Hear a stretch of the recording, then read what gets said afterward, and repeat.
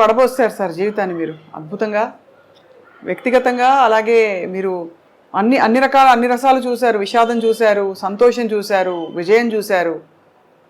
మరి నేను పడ్డ బాధలు ఎవరన్నా పడ్డారు? నీకు తెలుసు కదా అన్ని. అవును సార్. మరి నా కీర్తి ప్రదేశ్లో అంత గొప్పగా ఇచ్చాడు, బాధలాడ ఇచ్చాడు. నా అదృష్టం ఏంటంటే ఈ రెండింటిని తట్టుకునే గుండె ఇచ్చాడు. వాటిస్తే తాగిపోతే ఎప్పుడో నాశనం అయిపోయాడు. మంచి జీవితాన్ని ఇచ్చాడు. ఎంత మంచి జీవితం చూడు. ఎవరు ఎట్టక్కల చెయ్యి. ఇంకా ఏదో ఎవరినో వస్తే రూపాయి సాయం చేసే పరిస్థితి ఉన్నా. అలాంటి జీవితం ఎంతమందికి ఇస్తారు భగవంతుడు కదా.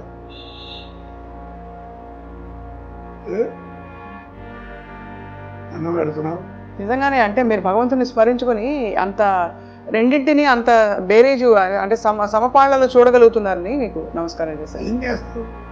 కష్టం వచ్చినప్పుడు అలాగే కష్టం వచ్చినప్పుడు ఏం చేయను. నాకు నిద్ర పడదు. రాత్రి పడుకునేవాడు 3 అయింది. అట్ట మంచం మీద కూర్చునే ఉన్నాను.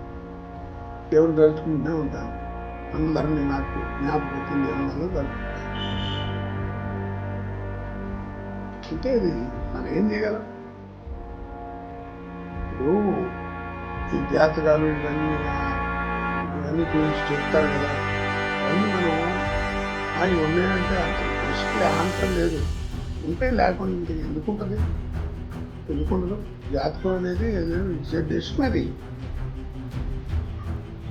మనం చర్చ చూసుకుంటే నాయన బలాన్ని పీరియడ్ కొంచెం బాగాలేదు, జాగ్రత్త అని చెప్తుంది అంతే. అంతేగాని ఈ క్షణం బాగుండదు, ఇది బాగుండదు, ఇది బాగుండదు అని ఎవడు చెప్పలేడు.